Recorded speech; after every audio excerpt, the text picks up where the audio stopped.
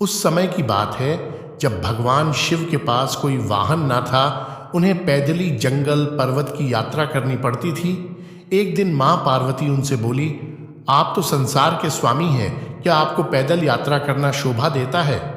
शिव जी हंसकर बोले, देवी, हम तो रमते जोगी है, हमें वाहन से क्या लेना देना? भला साधु भी कभी सवारी करते हैं? पार्वती ने आंखों में आंसू भरकर कहा, जब आप शरीर पर भस्म लगाकर बालों की जटा बनाकर नंगे पांव कांटों भरे पथ पर चलते हैं तो मुझे बहुत दुख होता है। शिवजी ने उन्हें बार बार समझाया, परंतु वह जिद करती रही। बिना किसी सुविधा के जंगल में रहना पार्वती को स्वीकार था, परंतु वह शिवजी के लिए सवारी चाहती थी। अब भोले भंडारी चिंतित हुए, भला वाहन किसे बनाए? उन्होंने देवताओं को बुलावा भेजा। नारद मुनि ने सभी देवी देवताओं तक उनका संदेश पहुंचा दिया। अब सभी देवता घबरा गए। उन्होंने सोचा, कहीं हमारे वाहन ना ले ले। सभी कोई ना कोई बहाना बनाकर अपने महलों में बैठे रहे। यहां पार्वती उदास थी। शिव जी ने देखा कि कोई देवता नहीं पहुंचा है। उन्होंने एक हुंकार लगाई तो जंगल के सभी जंगली जानवर आ पहुंचे। शिव जी ने उनसे कहा, तुम्हारी मां पार्वती चाहती है कि मेरे पास कोई वाहन होना चाहिए। बोलो, कौन बनेगा मेरा वाहन? सभी जानवर खुशी से झूम उठे। फिर एक छोटा सा खरगोश आगे बढ़ा। उसने कहा, भगवान, मुझे अपना वाहन बना ले, मैं बहुत मुलायम हूं। इसे देख सभी जानवर हंस पड़े। फिर शेर गरज कर बोला, मूर्ख खरगोश, मेरे होते तेरी जुर्रत कैसे हुई सामने आकर बोलने की?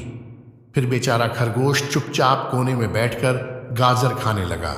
फिर शेर हाथ जोड़कर बोला, प्रभु, मैं जंगल का राजा हूं, शक्ति में मेरा कोई सामना नहीं कर सकता, मुझे अपनी सवारी बना ले। उसकी बात समाप्त होने से पहले हाथी बीच में बोल पड़ा। हाथी बोला, मेरे अलावा और कोई इस काम के लिए ठीक नहीं है प्रभु। मैं गर्मी के मौसम में अपनी सुंड में पानी भरकर महादेव को नहलाऊंगा। फिर क्या जंगली सुअर भी किसी से कम था? वह भी अपनी थूथून हिलाते हुए कहने लगा, शिव जी, मुझे सवारी बना लो, मैं साफ सुथरे रहने की कोशिश करूंगा। कहकर वह अपने शरीर की कीचड़ चाटने लगा। फिर कस्तूरी हिरण ने नाक पर हाथ रखकर कहा, छी, कितनी बदबू आ रही है, चल भाग यहां से। मेरी पीठ पर तो शिवजी सवारी करेंगे।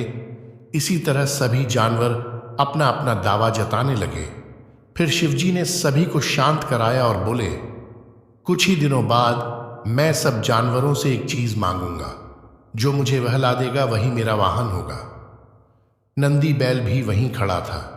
उस दिन के बाद से वह छिप छिप कर शिव पार्वती की बातें सुनने लगा। घंटों भूख प्यास की परवाह किए बिना वह छिपा रहता था। एक दिन उसे पता चल गया कि शिवजी बरसात के मौसम में सूखी लकड़ियों की मांग करेंगे, तो उसने पहले ही सारी तैयारी कर ली।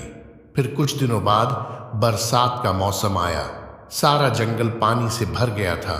ऐसे में शिवजी ने सूखी लकड़ियों की मांग की तो सभी जानवर एक दूसरे का मुंह ताकने लगे। फिर नंदी बैल गया और बहुत सी लकड़ियों के गट्ठर ले आया। फिर भगवान शिव यह देखकर बहुत ही खुश हुए। वे मन ही मन जानते थे कि नंदी बैल ने उनकी बातें सुनी हैं, फिर भी उन्होंने नंदी बैल को अपना वाहन चुन लिया। इस प्रकार नंदी बैल भगवान शिव के सवारी बने। फिर सारे जानवर उनकी और मां पार्वती की जय जयकार करते लौट गए। तो मित्रों, आज के लिए केवल इतना ही। अगर आपको आज की वीडियो पसंद आया हो तो इसे लाइक शेयर जरूर कीजिएगा और चैनल को सब्सक्राइब जरूर कीजिएगा। धन्यवाद। हर हर महादेव।